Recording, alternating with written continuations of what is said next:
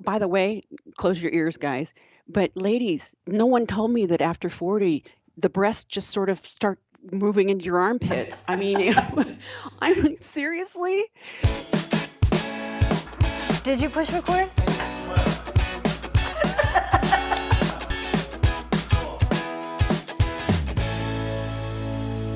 Thanks so much for tuning in again to Second Act TV. I am happy to welcome Joni Caldwell, Lerner, back for another segment talking about dating and finding love after 50 and all the issues associated with that. Joni, thanks so much for joining me again. Absolutely. So much fun. Yeah. Well, Joni, we'll link. We just finished, I thought, a great conversation about some of the pitfalls and of dating, starting over again, particularly online dating. We'll link to that. One of the hardest challenges, especially for women, as they start over again after a long relationship, a long marriage, and in our cases, and we're talking here, not just from a theoretical professional perspective, but very personal one. You were in a 29-year marriage, I was in a 25, and then you're starting over again, with new man, or as I said, new man, old body. Yes. And women in particular have so many body image issues, the way we've been conditioned, especially women our age. And you, my goodness, you're beautiful, vibrant, fit, but you weren't always. So talk to us about the whole weight challenges, body image, and starting over again after 50. Yeah, absolutely. Well, for those of you who are seeing me for the first time, I have, at this point, I have a 100-pound weight loss, and I began that journey 8 years ago. So that was very recent, to be honest with you. So in 2012, and there was a moment where I just thought, I will never, ever be able to take this weight off. This is never going to change. I had hormonal issues. I had, a wild teen. I mean, a marriage that was, on its way out. I mean, there were so many things that weren't compelling in future. There wasn't a purpose or a compelling vision for my life. We'll put it that way. And so I had this 100 pounds. It was so, if you've never had that much weight, you can literally walk into a room and run into chairs and not realize your girth and that kind of thing. Terrified to fly on an airplane because will the seatbelt fit? So in 2012, there was a moment where I said to myself, this may never change. And there's a thing in my head, as soon as I'm thin, as soon as this happens, then I'll be happy. As soon as the red carpet of life rolls out, then I'll be okay. Then I'll be happy. And I realized in that moment, it may never change. And oh my gosh, is this going to be it? And I realized, and here was the shift for me. Okay, then I'm just going to pretend to be happy right now. I'm going to act as if I'm happy. And I know that sounds ridiculous and simple, but I started doing things in life. I opened the curtains. I even went to Coachella. I took my daughter to Coachella. I mean, there are things I began to do. Eventually, I added a trainer in. Eventually, I started hiking. And then I can't tell you which came first, but I began to shift into, I'm here to be healthy and to be present in my life. It doesn't matter if I'm fat or not. I had to get to that point. Now, does my ego want me to be thin? Do I want to look good? Yeah, absolutely. But I had to get to the place where it was about being healthy. And particularly for us who are older, I am never going to look like I did, and I was raised with Barbies. They're all smooth and there are no wrinkles. And when you fold her up, her stomach doesn't creak. I mean, and then, by the way, close your ears, guys. But ladies, no one told me that after 40, the breasts just sort of start moving into your armpits. I mean, I'm like, seriously? So, and in this society that is so based in the visual, and our parents particularly were the first, I think, generation with television and that kind of thing, and ridiculous diet schemes. And so the truth is, diets don't work. They don't work. A lifestyle change works. Yeah. And that was the only thing that worked for me, because I went up and down throughout my life. That was a huge anomaly, but so I changed my lifestyle. Yeah. And Well, then and you obviously you had. I mean, your example is I won't say extreme, because there are obesity in our country is well, all over the world now, but particularly the United States is huge, and there's so many people struggling with this for so many different reasons. And I have gotten comments on this channel. I've gotten private emails. I think I forwarded even one onto you a few months back from a man, actually, and that was the question was, I'm overweight. I'm should I wait to go and try to find someone until I change? And the answer is, I'll throw it to you. Yeah, no, I love that question. Don't wait. Don't wait as soon. When are the ducks ever going to be in perfect row? So start being the best you can be. And that means, self-care, taking care of yourself, whether it's meditation, walking around the block. If you're new to exercise, and I coach a lot of people, and I've got a woman who's close to 70, and I said, here's what we're going to do. We're going to walk around the block a few times. And now I want you to do squats, just up against the wall, do some squats. What I'm saying is take baby steps, start somewhere. You know what? And she called me the other day. She said, thank God you said that, because I tripped over my purse and I was able to catch myself because I had strengthened my legs. Yeah. So here's the lie. The lie is that we get old, that our lives are no longer useful. I think one of the pitfalls there is that we give up. Don't give up, and if you have, wake up, So what do you say to women, and particularly the focus of this video is that, who's going to want me now? Look at me. The whole issue with, I get it. I'm going to work on myself. I'm going to feel happy. I'm going to do this. But the fact is, I don't look the same anymore. I can't stand looking at myself naked. Why would anybody else see? This whole body image trauma. Totally get it. I get it. And I was there. And here's the thing. We are given a human suit, this body. Our souls get to come down to Earth and hang out on planet Earth and eat food and have sex and talk to Silka and all these things. Without the body, I wouldn't be able to do all these things. So this beautiful vehicle, and that's really how I began to see it, is my friend. It's my partner. Stop seeing it as the enemy. It is your partner. And so how can you honor the body? How can you honor it? And let's look, if anybody who's lost 100 pounds, I am definitely not going to have that Barbie body. Okay. I have what I have, and I'll walk around naked sometimes. I hope I can say that on your show. Hey, I did a video on, nudism or whatever. Yeah, no, you can say cool. it. Okay. But here's the thing. And I'm so glad it just popped into my head. Confidence is so sexy. It is so alluring and charismatic.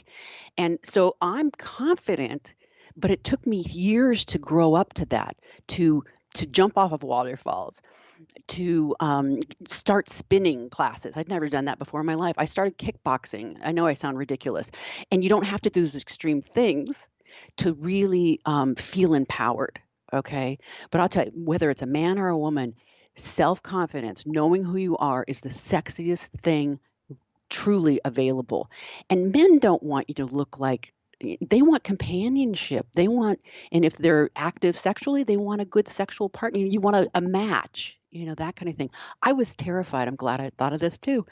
Terrified that it was broken, that I wouldn't function, that my body wouldn't, take it slowly, take it a little bit at a time, and just be present.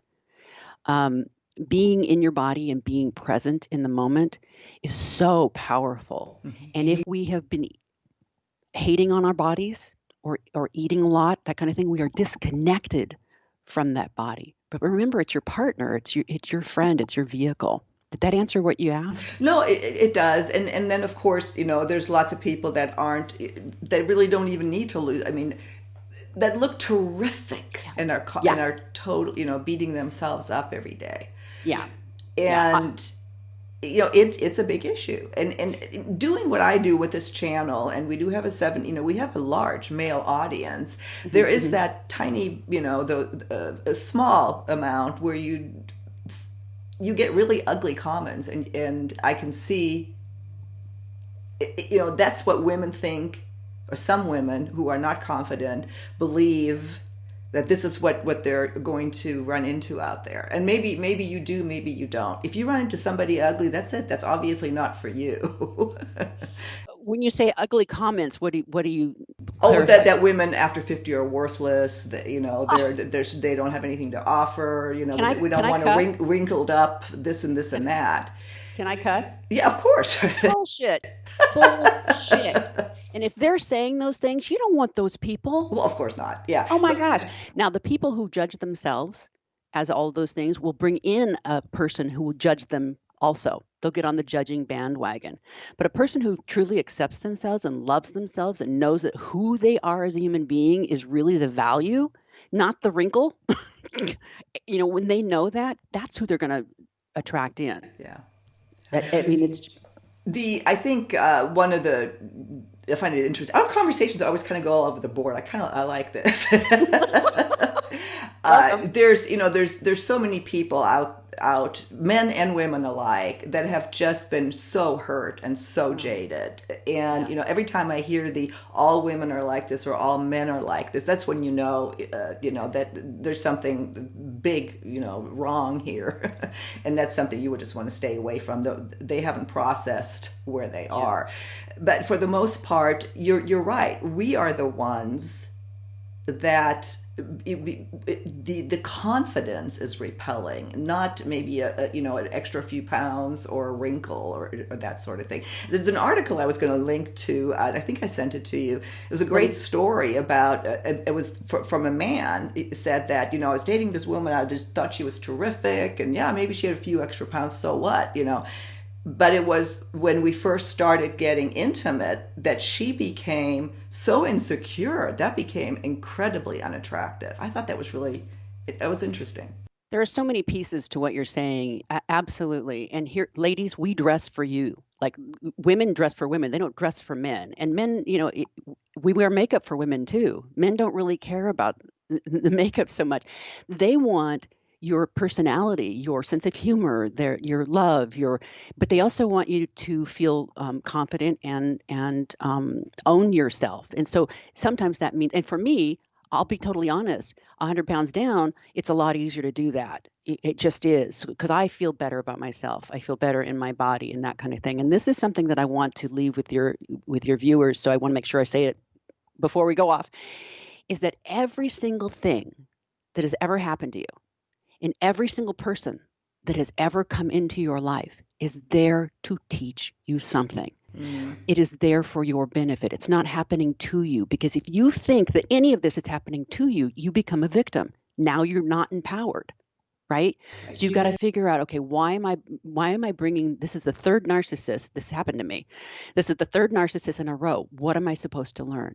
What am I supposed to, and then I was able to move beyond that. But I had to stop and be conscious and really become curious. Why is this happening?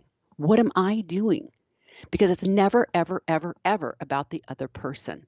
Now, are there people out there that are just cruel and judgmental? Yeah, because they're cruel and judgmental to themselves. Yeah. You just know immediately that's what's happening for them. Poor things. Yeah. No, it's true. Yeah. And I do sometimes when I read those comments, it is there's not empathy, maybe sympathy. I can't really empathize, but there's so much hurt there, that it is sad. It is. What a beautiful thing you just said. And this is really critical, because we are on Facebook, we're on Instagram, we're on all these different things. Anytime there's a negative post, it has nothing to do with you. Nothing to do with you. And I repeated it twice because it's so powerful and it's so important. You can just go, oh my God, that person must be in such pain. That's just, oh, my heart, and then move on. Don't even answer it. Don't even, Oh, yeah. Yeah, and I didn't mean to dwell on that. I just No, but it's because, good. like I said, we have a fabulous male audience. I love them very much, and I I love appreciate men. them. Oh, But not women. on the topic of body image and that and low confidence, it just we have to address that. I think because those comments can be extremely hurtful to someone who's already beaten down so low. So, yeah, as Joni Okay, just here's said, the it's thing. not about you. Yes, it is not about you. And here's the other thing. Only have people in your life that hold you up to the light, that hold you up to your best qualities. We draw out different people from different. How do I say this? The guy I'm dating said to me, "You draw out the best me that I've ever been." Oh, Yeah, and I thought that is a profound statement. But if he's dating another woman, that woman's getting a different him, different parts of him. She's drawing different parts of him out. That made sense to me. So I don't know if that helps at all, but when we show up as our best selves, we're more likely to get our best, the best selves from the other person. yeah. Yeah. So, Joni, we're coming to the end here. Anything else you want to add on the whole body image and dating after 50 topic? yeah, dating over 50, absolutely, and have fun. Okay. It is not that you're broken. It is not that you'll never find someone. It is really about saying, "You know what? I'm going to learn to be the the best person I can be. I'm going to learn to love myself, and I'm going to create a whole me." Because you bring a whole you and a whole him or whole her, whatever, together, then you've got a very powerful relationship. But if you're looking to someone to make you happy or to fill the void, it's going to end badly. So Well, it that's was what I so think. great to have you back on. We will of course link to all of your information to your wonderful podcast, Spiritual Aliveness with Joni. And yeah, if you coach primarily women, but you coach men too, right? Yes, yes. I actually just coached a 19-year-old young man. I mean, it's across the board. The spiritual and the emotional. It's doesn't matter the decade, and it really is about being present and living Yeah. your Well, most Joni upright definitely life. helps people find their best self and live their best life, especially after 50, Joni. And I look forward Yes. to talking with you again soon on Oh, Second Act TV. thank you so much.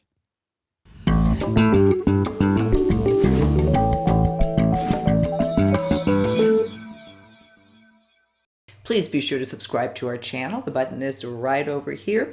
And if you have a topic idea for a segment, please visit our website, secondact.tv. We have a little red suggestion box, a little icon for that on the upper right-hand corner of our website. Just click on that, send us an email. We'd love to hear from you. See you next time.